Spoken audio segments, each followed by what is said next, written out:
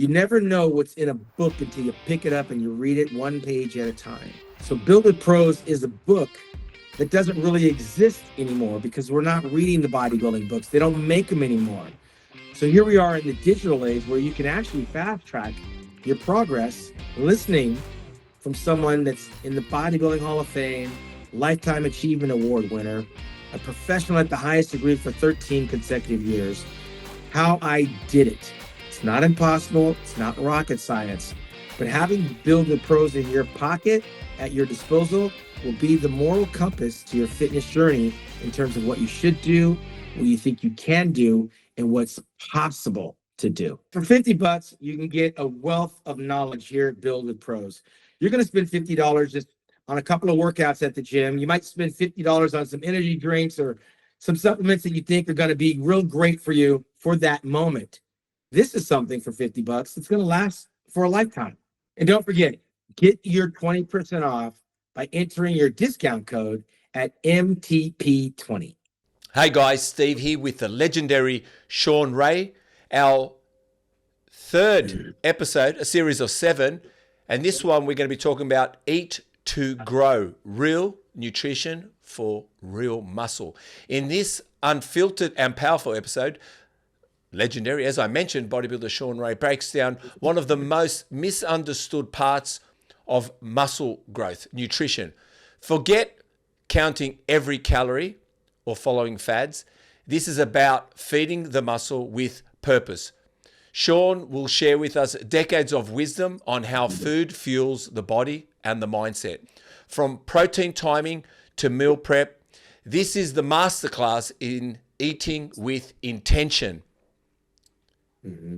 Shawn, let's go for it. Yeah.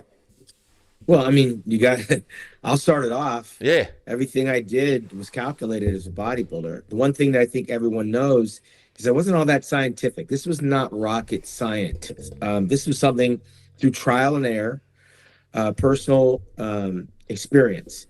So that unlike some other people, namely a guy like Milo Sarchev or even a Rich Gaspari, even to some degree a Dorian Yates, I didn't write down everything I ate. I didn't try to monitor every set and rep and measure my strength. I didn't journal.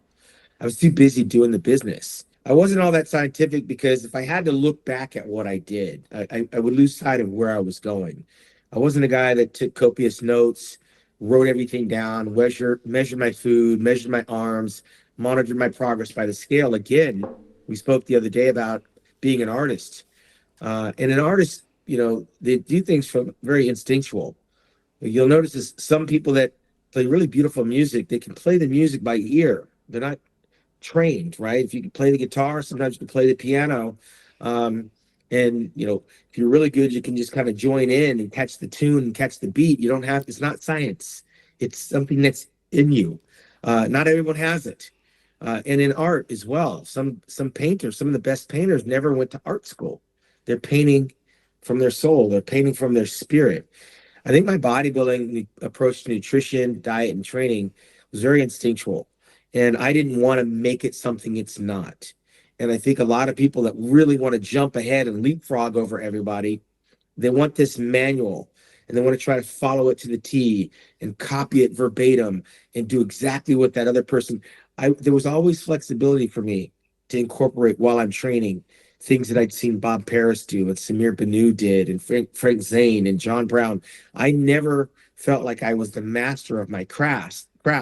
So there was a lot of experimentation, especially when it came to nutrition, especially when it came to training. I never did the same workout twice in a row, but I also didn't take notes and write everything down so I can repeat it tomorrow. Yesterday's gone. Tomorrow's a new day. So as an artist, I always approached my workout, my nutrition, my ambition as if it's a fresh start. I don't want to regurgitate what I did last year. I didn't look back at what I did last year. Last year was last year. I got to look ahead. And so for that very reason, it's not that I couldn't understand why Milos and Rich Gaspari and Lita Brada and Dorian would write things down. Maybe that was their accountability calendar. I could listen to what someone said, and I can go out and do and mimic what someone was doing. and then go into the kitchen and make up and manufacture the nutrients in the food that I wanted. But I wouldn't be able to take a measuring cup out and put so much sugar and so much salt and so much flour and like make a cake to instruction. Everything I did was very instinctual. I'm on record as being a very instinctive trainer. On record as being a very instinctive eater. When I wanted to lose weight, I cut the carbohydrates, which is where all the calories were. I'd up my protein intake, put in more vegetables, drink more water to suppress my appetite. So I'm taking in fewer calories. I'm also increasing my cardio. I'm doing more reps. I'm doing a faster paced workout. I know how to burn calories. So I'm trying to burn more calories than I'm taking in so I can get into that fat burning mode. But this is not rocket science. You're going to find every single one of us are very unique.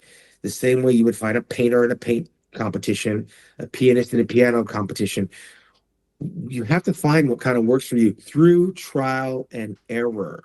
So that's not to say I didn't read what a guy was eating and try to mimic it, because sometimes I did, maybe not to the same quantity, maybe not to the same frequency, but the muscle building foods, chicken, beef, eggs, tuna, turkey, complex carbohydrates, brown rice, white rice, pasta, whole wheat bread, sweet potatoes. I get into my vegetables, broccoli, asparagus, spinach. All those things are available to me. Now it comes down to how am I grouping them and how much quantity am I eating throughout the day and how much per setting. That's where we become very individual. That's where your artistry comes in. Through your trial and error, you need to find out, are you a fish guy or are you a steak guy? Is ground beef easier for you to get that meat in and that protein, or do you prefer the lean steak, which is a little bit harder to chew and takes a little bit more time and deliberately consuming it? Or are you better off with fish because it's so flaky, it's so light that you can just eat a pound of fish if you had to? We're all different that way. I hated fish. I despised fish. I ate so much fish that as soon as I broke a sweat, I could smell the fish and made myself sick of it, nauseous. So I switched up to egg whites and turkey. And I chopped my chicken up really fine, almost like it looked like tuna. So it was easier for me to consume more of it because the chicken breast is thick. It's a little bit harder to chew when you're just taking one bite at a time. So I chop it up, dice it up, shred it, and I can get that in. I know a friend of mine, Eddie Abu from England, he would take a steak and put it in a blender. Wow. Add some water and drink it. I mean, look, it's still a steak no matter how you slice it. Yes. But people are different on how they get their calories in, and we're going to be very different when it comes down to how we group our foods. What you find from me when I speak is very instinctive, and I think it's very applicable because I'm not over here teaching algebra. This is not rocket science I'm talking about, and I know that if it works for me, it would work for you. I do know with myself, and just before we go right into this Built with Pros, and also I'm going to give a quick breakdown of what you'll learn with Built with Pros and how we're going to do this through the questions. But myself too, I've realized white meat's a lot better for me than red meat. Actually, I digest it better. I'm less bloated. It's funny enough. I do enjoy a great red meat, but I find white meat's a lot more comfortable. And like you said, it's instinctive. You start to understand what's right for you and what works for you, being a good protein. But through with Built with Pros, what you'll learn is why protein is just the beginning, not the end. How to time meals for growth, not guesswork. Why cheat meals aren't cheating and how to use them right. How to prep, plan, and simplify your food strategy. The supplement truth, what matters and what doesn't. So let's start off with why nutrition is the real secret. You've said before that the kitchen is where muscle is built. Why do 100%. so many people underestimate the role of nutrition in muscle growth? Because it's boring. When you are full and you're satiated, sometimes you become lethargic and sleepy and tired. And it's not something that you can, it's a tolerance you have to build up, right? Like if I'm going to try to bench 300 pounds, I may be starting out with 135 and I've got to work my way up over time to get to that 300-pound mark. And when I hit that 300-pound bench, I'm elated. You know why? Because it took so long to get there. You don't just jump into the kitchen and start, being Chef Boyardee and cooking things up and thinking that you're going to eat all these calories. Because on top of those calories you're eating, there's a thing called water. And that's going to fill up a lot of empty space in your stomach. And it's going to compete with the food that's going down. And you're going to have to chase your food with that, and you'll get full faster. I at my peak, I was drinking almost 2 gallons of water a day. Wow. And that, if you've never drank in 2 gallons of water, just try monitoring it. Get a 2 gallon jug of water and see if you can finish it before the night. A few things. If you're not training and sweating, you're not getting rid of that water you're taking in. And then if you are consuming lots of fatty foods with lots of salt and sodium, the water's going to stay in you. But when you're on a clean diet and you're training twice a day and you're doing 45 minutes of cardio in the morning, 45 minutes at night, and you're throwing in these hardcore workouts, you're sweating it out. Your body is using that almost like a filter. You need that. You got to put this water back in. You're running back and forth to the bathroom. That water's flushing all the toxins out of your body. So again, this is not something that's for the faint of heart. Anyone can go in a gym and lift up weights, but to be a bodybuilder, there's levels and there's processes. Yes, I'm focused on increasing my strength because I feel like if I'm stronger, I'm going to get bigger. But to get bigger, I've got to consume these calories. That's going to take time.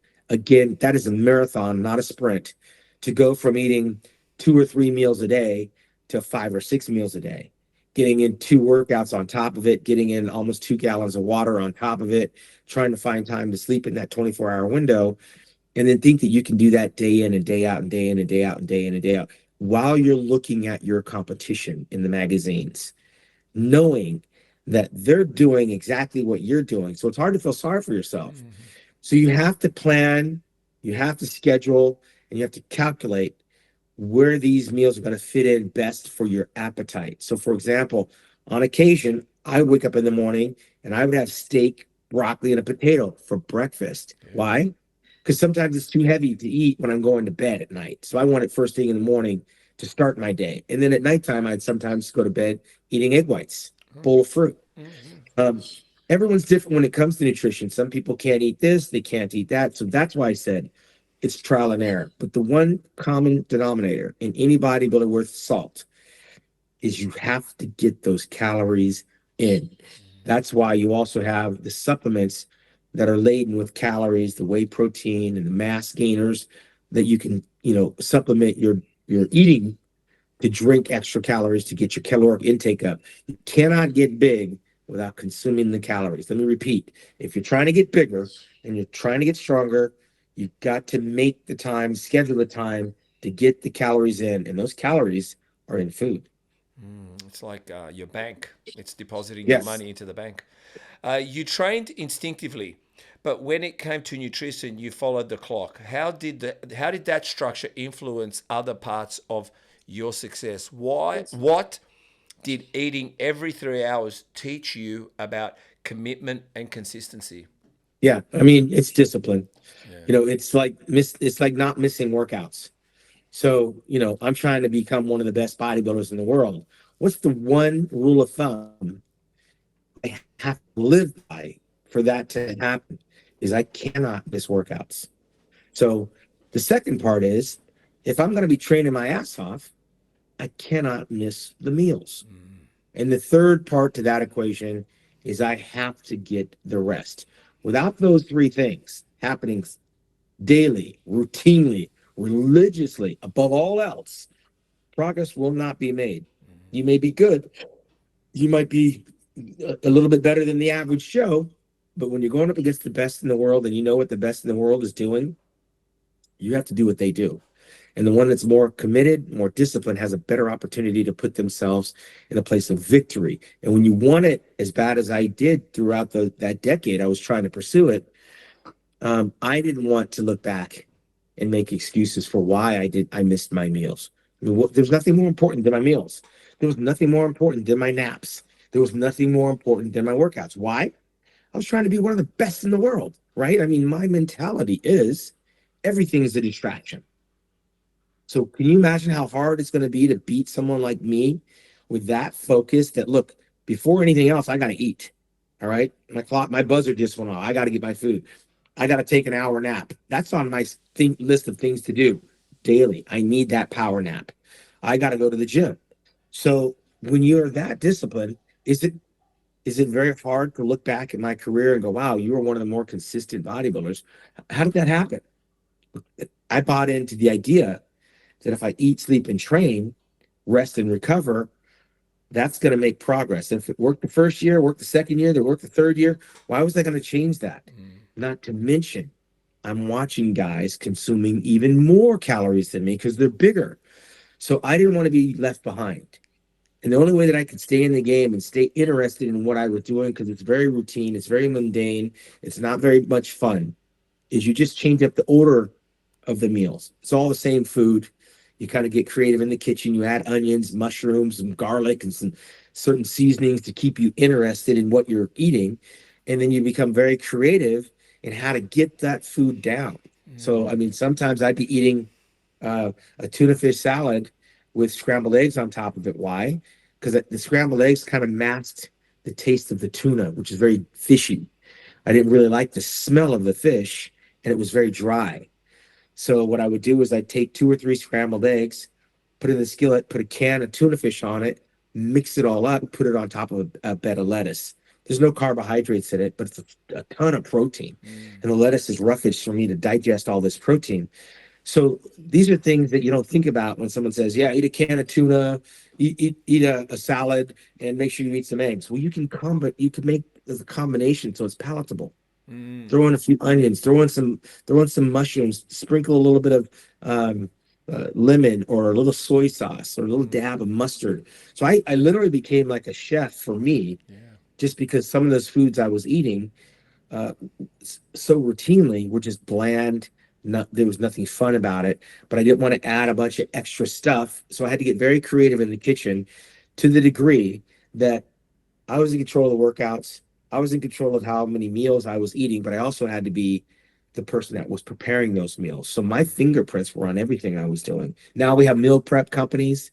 They make those prepackaged meals. You just throw it in the microwave. When I was coming up, we didn't have that.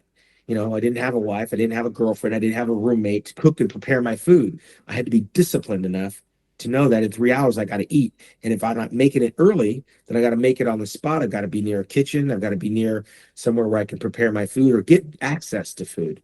So there's a reason why I was so consistent. There was a reason why I was so good, because my focus was unwavering. My clock was set to the time, and my appetite, whether I had one or not, it didn't matter. My mind said, I got to get these calories in. I have to feed the muscles. So when I ate, I wasn't eating because I was hungry or because I liked the food. I was feeding the machine. And I was a machine. I was going to war. So when I start talking and kind of going back into that mindset, it's a very silent process. I didn't talk to people about what I was going to eat. I didn't tell people I got to get to the kitchen. I didn't brag about the type of crappy food I had to eat. I didn't complain about it. I could look in the mirror and see what that food was doing for me. I could look around me and see the trappings of success. And I have those bedtime memories that, wow, I was in Germany, I was in Japan, I was in China, I was in Russia, all because of the discipline and the focused to get the chicken breast, the steak, the tuna, the egg whites. Yeah, I didn't necessarily care for the food I was eating, but I saw what it was doing for my body. All right, guys, quick break. If you're serious about building real muscle and getting your training dialed in, this is for you. Shawn Ray, one of the most respected legends in bodybuilding, has put together a complete program called Built with Pros. It's packed with everything you need to train like a champion: goal setting, nutrition, mindset, muscle programming, recovery, breaking through plateaus. No fluff, just the real stuff that actually works. And here's the crazy part. It's a one-time payment of just $49.95. That's what most people drop on a tub of pre-workout that fades in a few hours. It'll level up your training for life. And because you're part of the MuscleTalks crew, you get 20% off with code MTP20 at checkout. Go to builtwithpros.com, use code MTP20 at checkout, and start training smarter with Shawn Ray and Built with Pros. Well, I found that sometimes when you're in control of making your own food, there's definitely, you're in control of the quantity, you're in control of how much you want to consume, and also it's very specific. So I do believe it's very specific. You're in control of your plate, and you're in control of what goes in your mouth, and you know exactly what those quantities are. when we talk about common sense over complexity, you said you never counted calories. Why No. was trusting your body, not trusting a calculator, the better route for you? And what advice would you give to someone who's paralyzed by too much information? And I have to Yeah. say that I was very much about instinctively, and Yeah. there's a lot of information now, too much information. I think a lot of people don't trust themselves, right? Because you're learning. I Trust, was learning all the way up until it was over for me. But trust. I mentioned early on in this interview that it's all trial and error. It's all trial and error. You don't. I can tell you what to do, but until you try it, you don't know if it's going to work. And then when I'm not around, you might try your own version of what I tried to tell you to do. You know, John Brown was very strong on saying, just do what I do, just do what I do. But it was when I got away from him that I did a little bit of what he was doing and did a little bit of what I wanted to do and a little bit of what I had learned from watching other people do, that combination started to come in with some synchronicity, that progress was going to be able to be made because I was resting more. I was doing full range of motion. My diet was getting a little bit more variety. I wasn't just living off of meatballs and spaghetti, which is the easiest thing to make. And I really think looking back, you know, my mentor started, you know, he ate a lot of just hamburger helper and spaghetti and meatball because it's the easiest thing to make. And also, he didn't like to make steak. He didn't like to bake chicken. He didn't like eggs. So if I went to his program, there's so much I might not have been able to develop through trial and error. And so I trust the process in that, you know what, I'm never going to know if this works unless I try it over a period of time. I was in no hurry. You know, I started out as a teenager. I had all the time in the world. And over time, I realized, you know, I need to make my chicken this way. I can bake it. I can boil it. I can broil it. It's so many ways to make chicken that I don't always have to have it made the same way. I don't have to always have it the same style, right? I can mix it up with other foods and make it so that it's interesting. The same way I approached my workouts at different gyms. I didn't always have to go to the same place twice a day, do the same weights around the same people, listen to the same music. I'm a man of variety. And I think this is where the artistic side comes in. So I trusted the process, but more importantly, I wasn't monitoring the scale and looking at things that were written down. I was looking in the mirror. You know, I liken bodybuilding to that of a high fashion model. Can you imagine you're a high fashion model wearing the top dollar clothing and you fail to look in the mirror and see what you look like? You fail to realize, you know, the face plays a part with the attire and then the attitude. When you get on the runway, you have to have a certain attitude. Some of those beautiful women never break a smile, right? You don't ever see them smile because you're getting the profile of the high cheekbones and the nose and the eyebrows and they're very stoic on the stage, but when they come off the stage, they look like a different person. They're almost like actors. Bodybuilders, you have to look in the mirror because what you see is what I'm going to see when I'm in the audience. It's what the judges are going to be looking at when you're on the stage. You can't just cover up and think that when you uncover, it's all going to be there. The mirror was my guide. I said sometimes the mirror was my best friend. I didn't look at myself with admiration, but to change the way I looked, I had to witness that in the mirror. And so the scale wasn't telling me that my arms were getting better developed or I was getting more meat on my deltoids or my quads were getting a flare. The scale doesn't tell you those things. And even if the scale is telling me that I'm heavier, it's not telling me that I'm leaner. It's not telling me that I'm getting more balanced. So I have to look in the mirror because when I'm looking in the mirror, I realize the only thing the judges are going to see, the only thing the fans are going to see, the only thing my competitors are going to see is me. So I need to look at that mirror. I can't be ashamed. I can't be afraid. And when I look at that mirror, I have something in my mind when I go in the gym that I can work on sculpting. When I'm doing my deltoids, I need more frontal delts. When I'm standing this way, my delts aren't capped the way I'd like them to be, like Kevin Levrone. So I pay more attention to the side laterals. Maybe do some front raises. There are things that your body will tell you in the mirror that the scale, the tape measurer, and the plate of food in front of you will never be able to tell you. You have to be willing to look at yourself.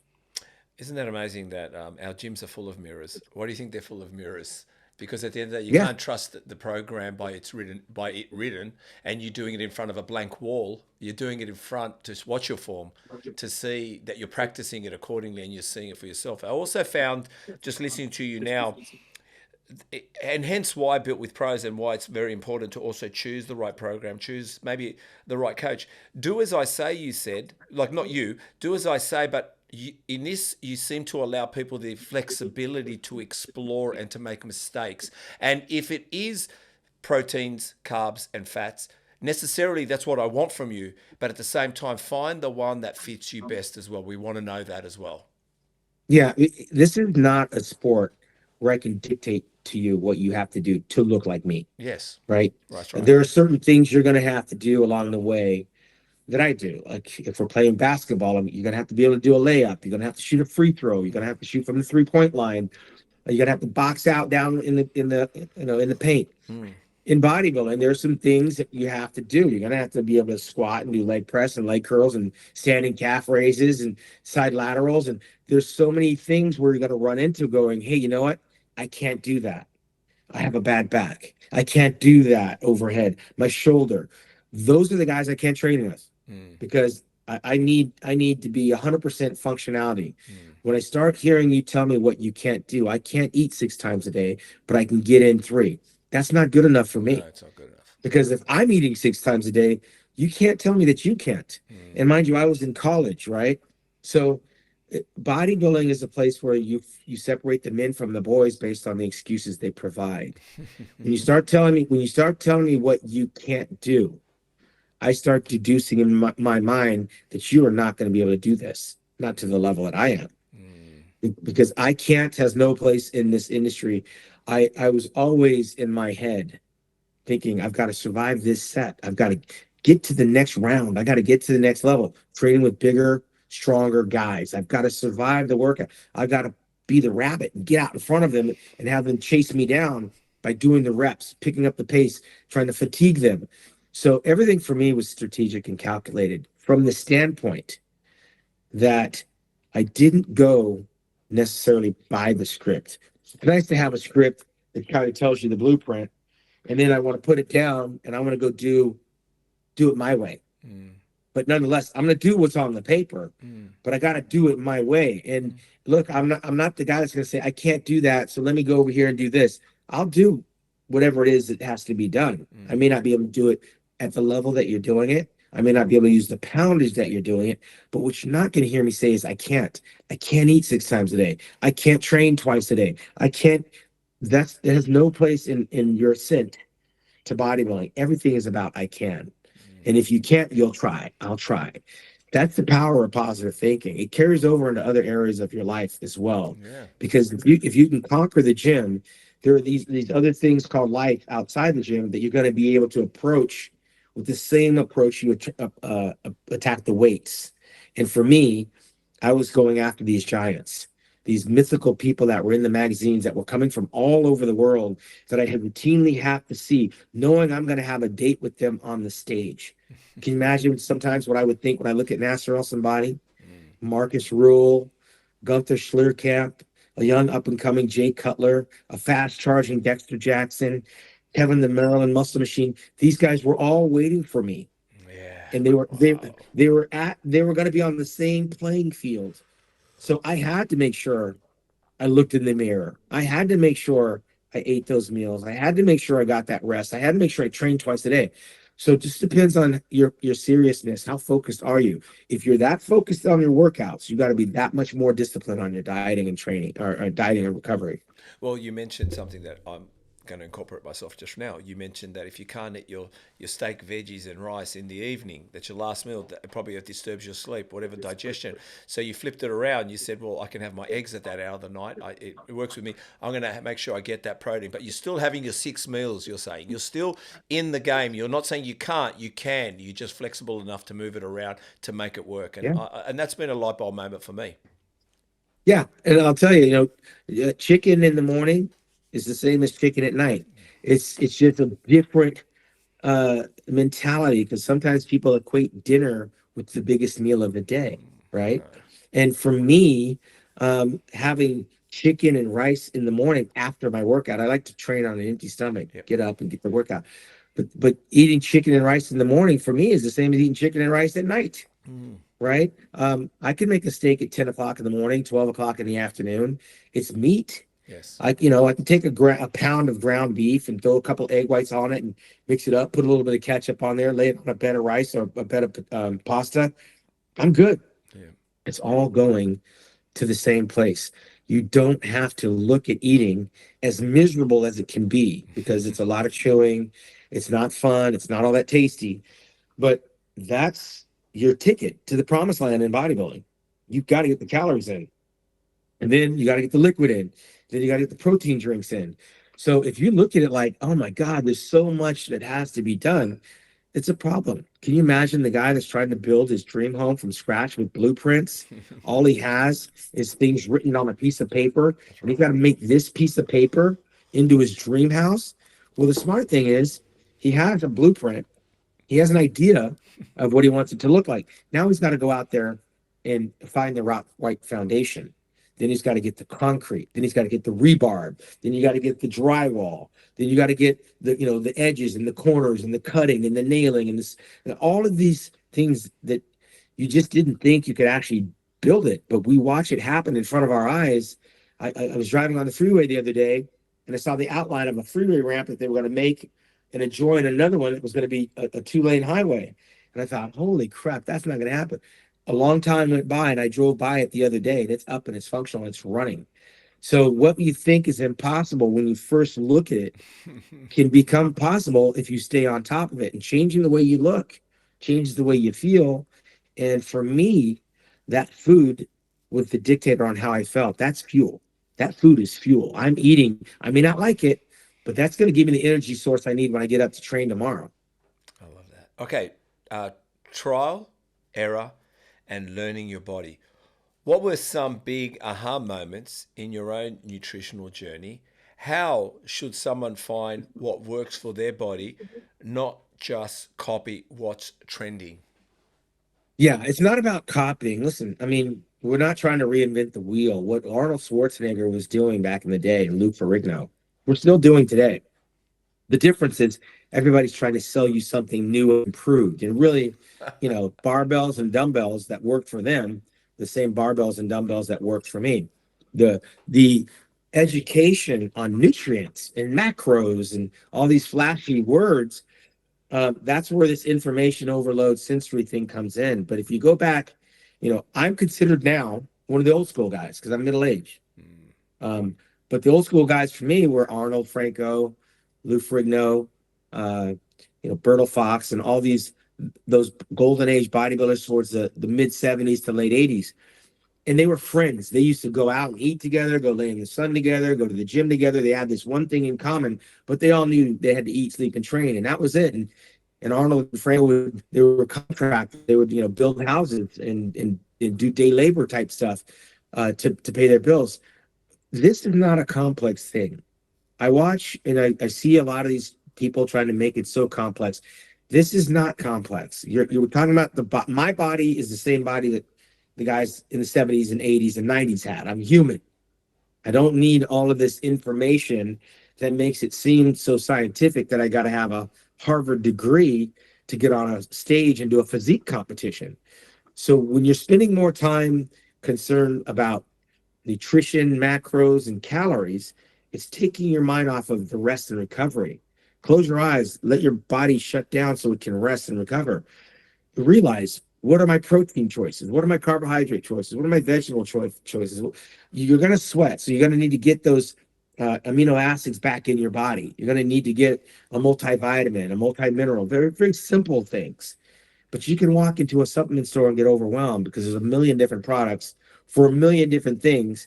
And what happens when you walk in is the salesperson who's grandfathered into, if I sell this, I get a $5 kickback. If I sell this, I get a $10 kickback.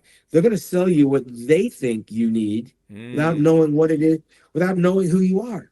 What do you do? I ride bikes. I sweat a lot. Okay, well, you're going to need to have these minerals. These ones are by Sunkist.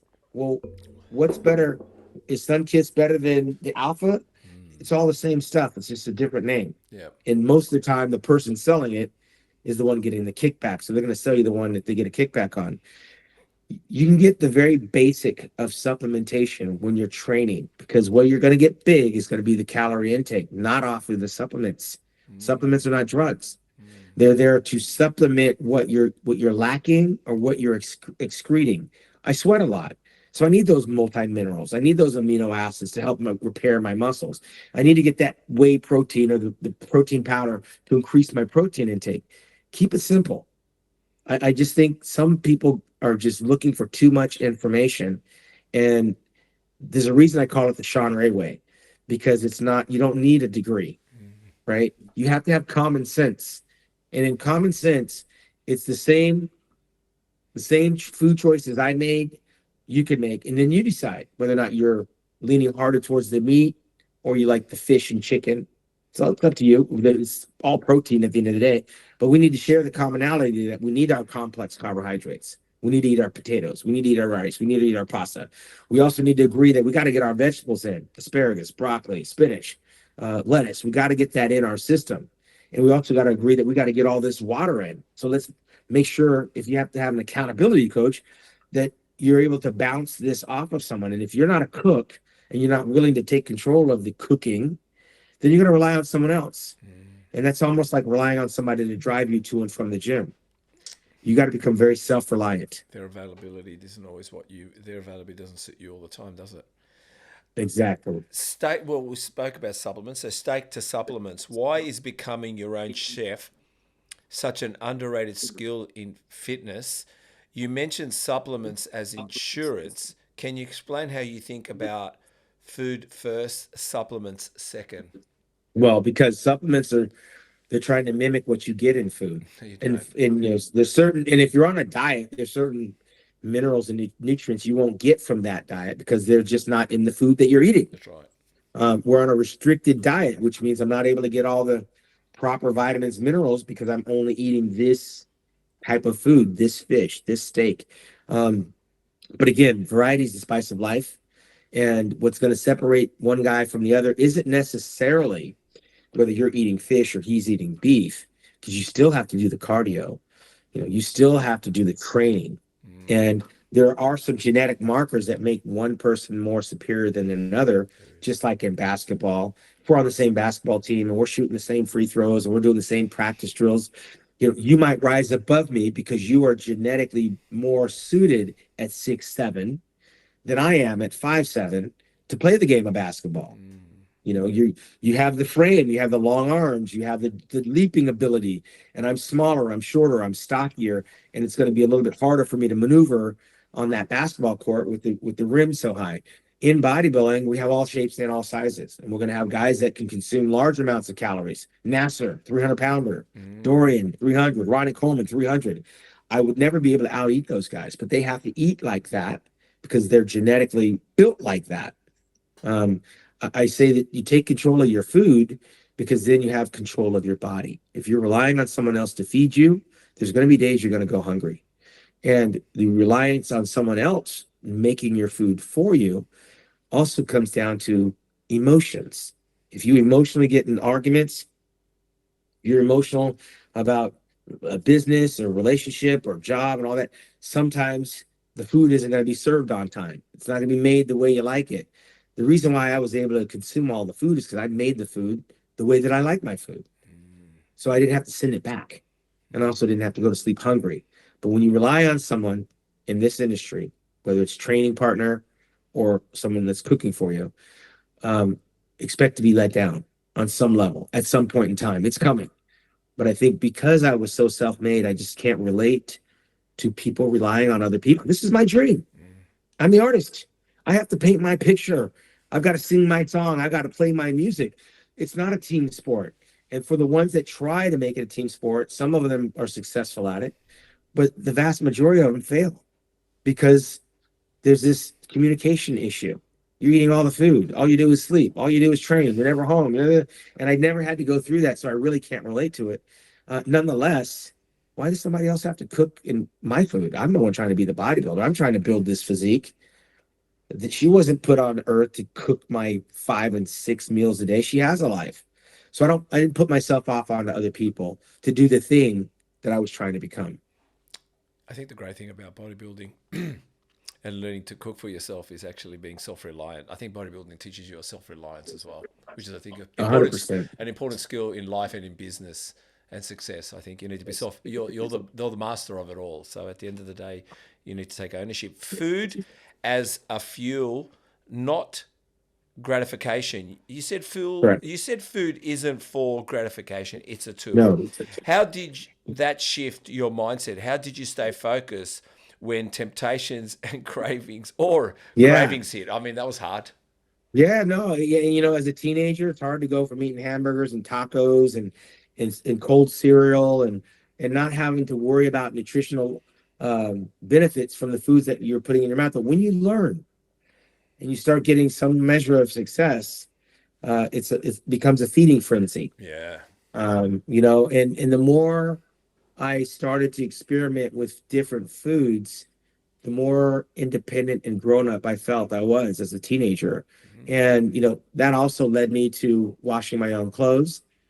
You know, There you go. my mom would, Independence. the thing about it is my mom would make the food and my mom would wash the clothes. But, when you're working out and you're sweating and you're playing football and you're lifting weights and you're constantly, your clothes start to pile up pretty quick. And so I ultimately wound up having to do my own laundry, which was a blessing because then I could wear what I wanted to wear. But when it came to building my body, my mom wasn't going to cook 6 times a day for just me. I'm the youngest of 8, but I don't think that I wanted to even put that on her because my mom would give us food that she wanted, right? What do we have for dinner, Mom? Pork chops. I didn't ask for pork chops, right? What do we have for dinner tonight, Mom? Flank steak, smothered this, gumbo that. And these were all foods that I was like, this isn't bodybuilding food. I'm reading the magazines. I know this is not on the menu. So I'd wait until she was done or get in there before she started. And I took control. And I think, people kept talking. How did you do this so fast? I think because once I got bit by the bug, I wanted to do everything. I wanted to be able to cook. I wanted to wash my clothes. I wanted to drive to my own gyms. I wanted to train when I wanted to train. And I just dove in like a fish in water.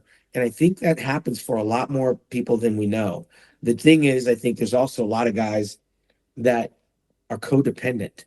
And I think the journey can be made with a partner, with the right partner. But being such an individual person, self-made, I did not want to share the limelight, nor did I want to point the finger and blame someone.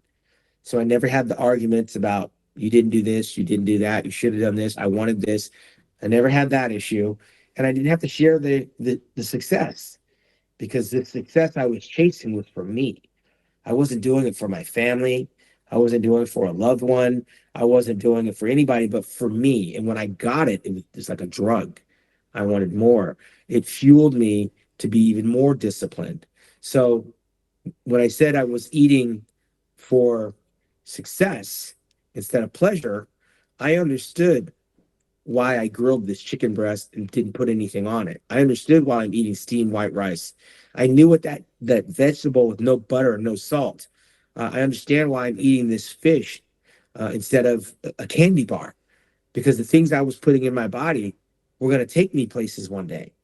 Hopefully, it would take me into the winner circle, and hopefully, it'd take me around the world. And so, I think the sooner I understood that, it gave me an advantage over my friends, which helped lead me to the Teenage California, Teen America, Junior World titles, and then ultimately a pro 4 years out of high school. I honestly believe I got there that fast because I was that focused and dedicated on not letting the bad stuff get in my body. I didn't want to eat anything that wasn't going to build me up.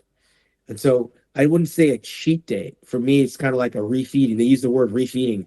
For me, it was a relaxed day because I didn't think eating a hamburger is cheating. It's just relaxing. I don't have to train today. I'm not looking in the mirror today. I'm not going to go out and beat myself up today. So yeah, I'm going to have pizza today. Why not? I earned it. It's a reward. And I look forward to it one day out of the week. I only needed junk food one day out of the week to satisfy my craving. And when I had it, I typically didn't finish it, but I enjoyed it for what it was. And then I was right back in the saddle again. Why? Because I didn't want to get too far off the beaten path. I didn't want to have the setback. So I ate for nutrition. I got it at 17 years old in my head that that's why I'm eating this food, and it's part of the job. That mentality changed the course of my life and the way I feel and look today. I just want to add, excuse me, two questions to that myself. One, I know what that feels like, but in some essence, not eating with your family, which I'm assuming was a bit of a challenge too, because like you said, if your mum did pork chops, you didn't want pork chops, and you're a bodybuilder. So there was that element. I want to know, how did you combat against that? Because you basically ate alone, in a sense, ate alone. And secondly, how did you do it with the temptation of having the 8 siblings around you, the family around you, but we seem to also have people people with no experience and no knowledge offer us heartfelt advice, but that's when you need the right mentors, when you need to have the right influences and stick to that, because people can come to you from the right area. They're coming from the heart, but what they're offering you isn't going to get you to success. Sure. And in I am the young, I have a blended family. I'm the youngest, but my oldest is almost 5 years younger than my mom. Okay.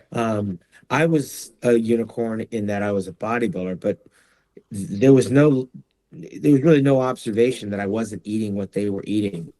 They understood, and it was crystal clear after I started lifting weights to try to become a bodybuilder that that's what I was trying to be, because my room had nothing but bodybuilders on the wall. Yes. I was constantly in a state of preparation and training.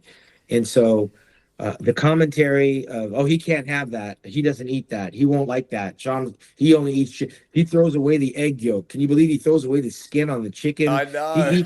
He I eats forgot money. those days. He's not going to eat with us. They just assumed, because they knew I'm going to cook my own food, that I'm not going to eat with them. So it was never a problem. And I'm not sure that I would have reacted negatively, because I didn't have to teach them what I was doing. They could see when you come into someone's room as a teenager, it tells you a lot about them. Before I became a bodybuilder, you walked into my room, there'd be a big picture of the rock group Kiss over here, and there was Jimi Hendrix over there, and then I had John Travolta from Saturday Night Fever, and I had Muhammad Ali on the wall over here. I mean, I had a little bit of everything, right? I had the black light posters up there, had the surfers up on the wall. Does explain.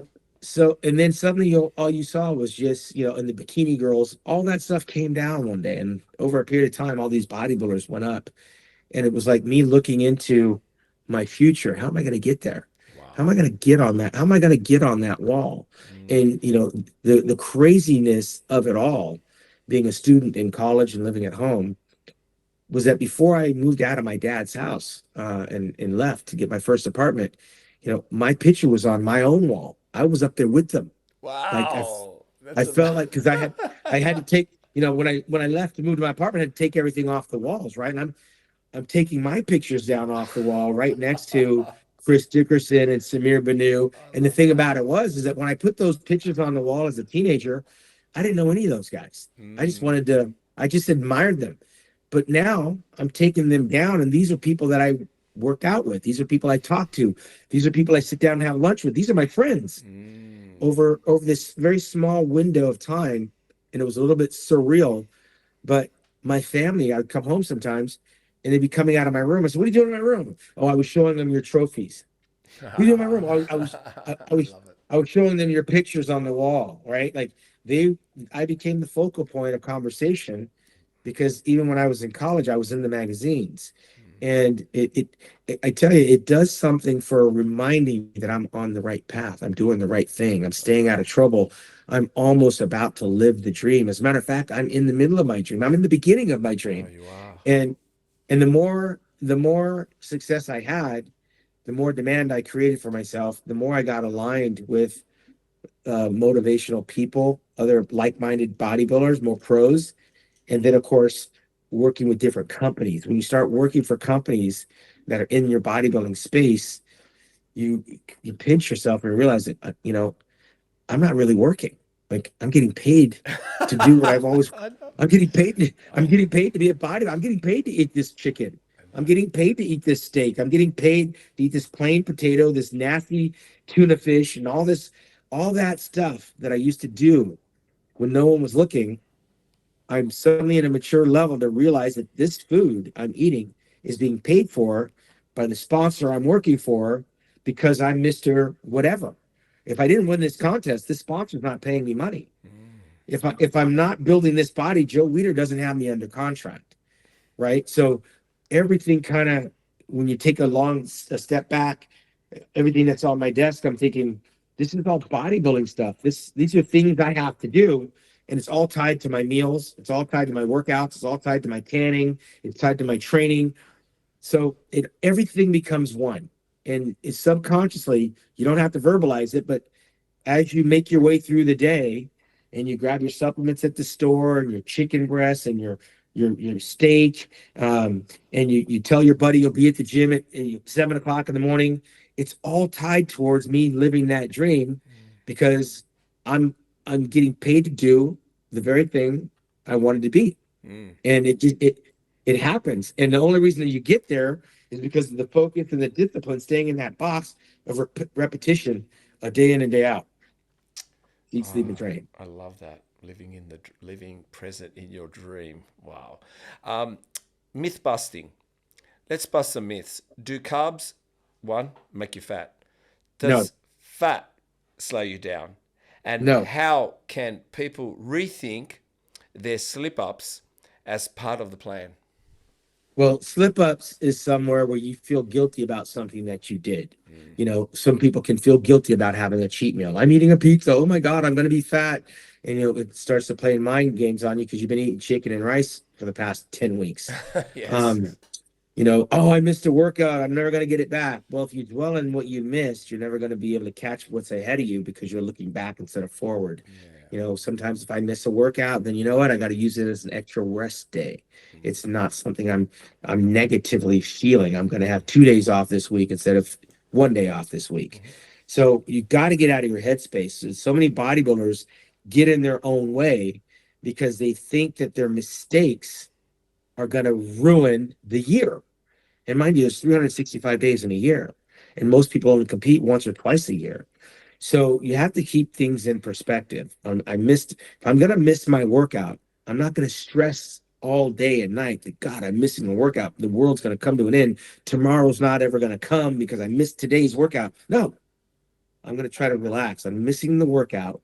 I need to be wherever I'm at, right? If I'm home on the couch and I realize I'm not going to the gym, let me take advantage of this extra rest. If I'm going to go watch one of my friends play a sport or go do a family thing, wherever I'm going to be, that's where I'm going to be. I'm missing the workout. I've chalked it up. I'm going to make it up down the road. I'm missing a meal. I'm not going to die.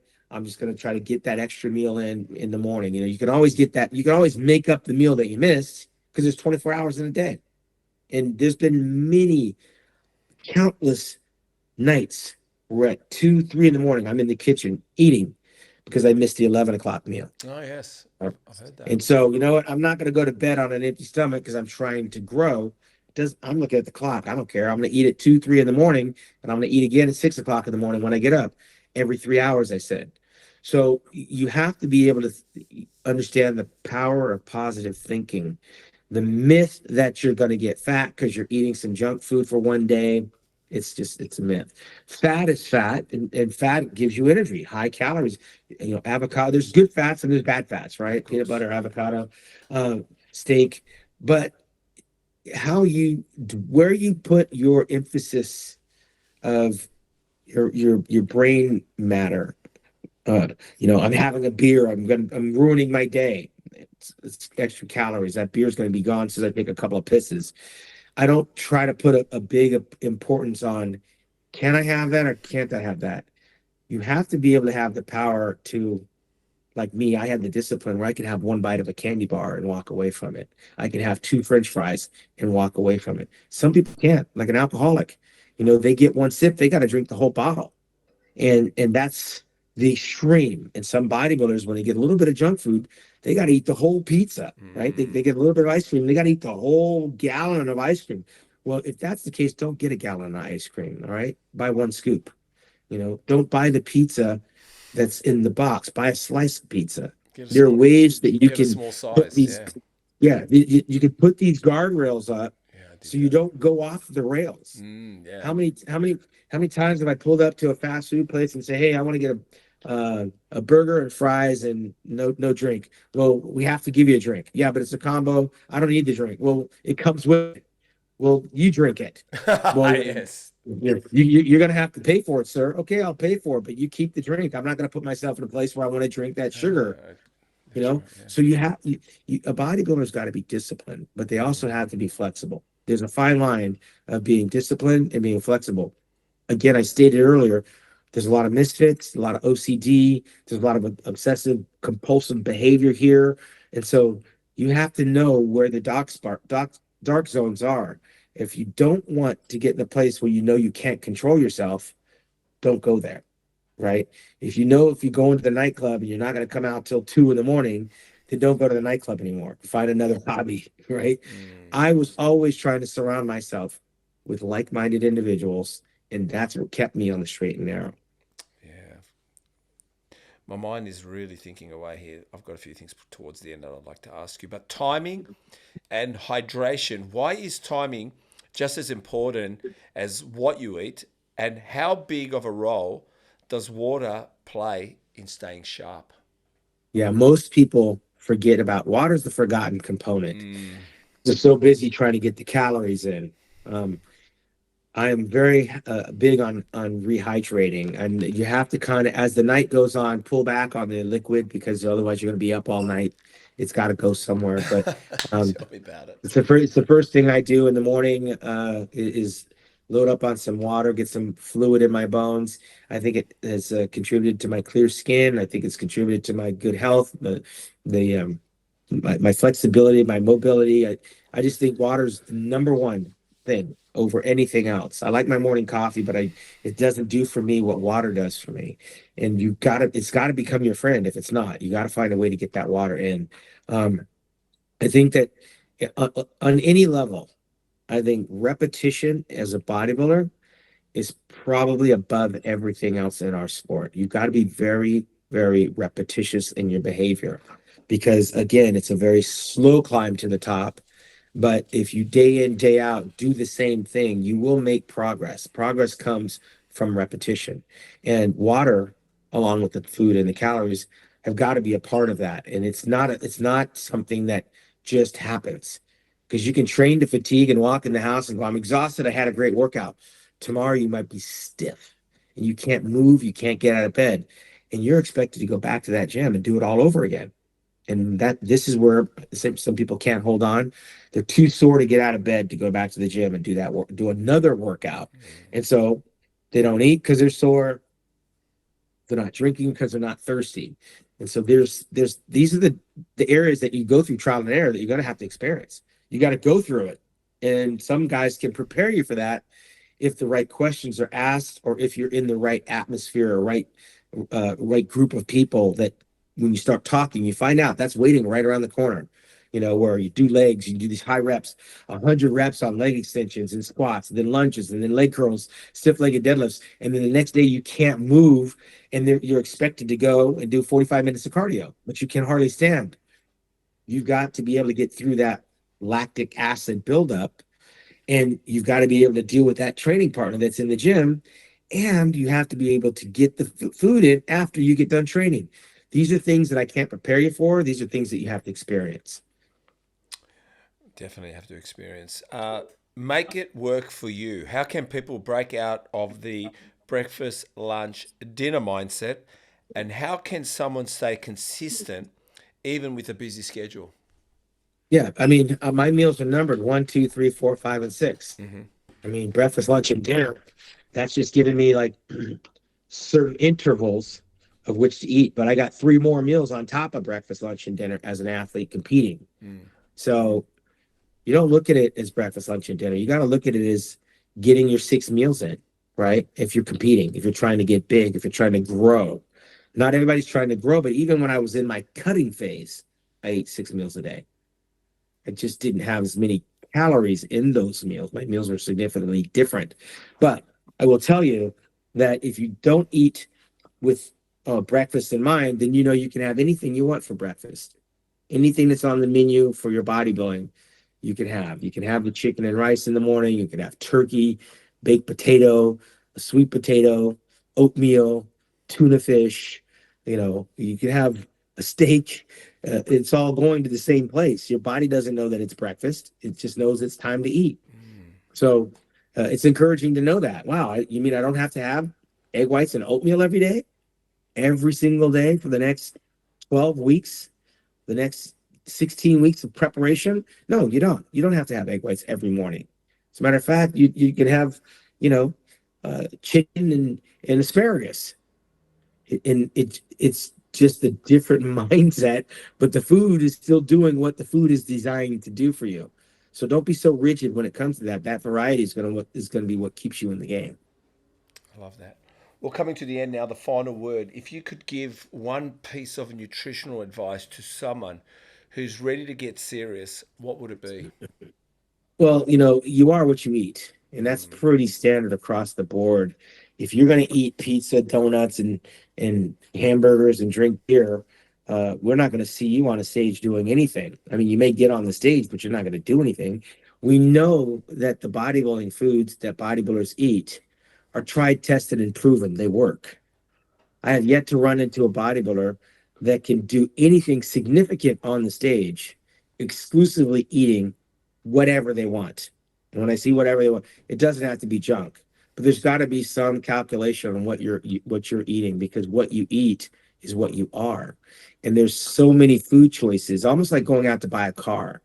And sometimes buying a car comes down to what you can afford. But when you get a little money in your pocket, you can go out on that car lot. There's so many choices. Now you got to figure out what's in your best interest. What color attracts your eye? Is it the leather? Is it the suede interior? Is it the Ford pickup truck, or is it the two-door Porsche Carrera? Is it the Bronco? Is it a monster truck? Uh, for bodybuilders, I think we have to understand a couple of things. What are we trying to do?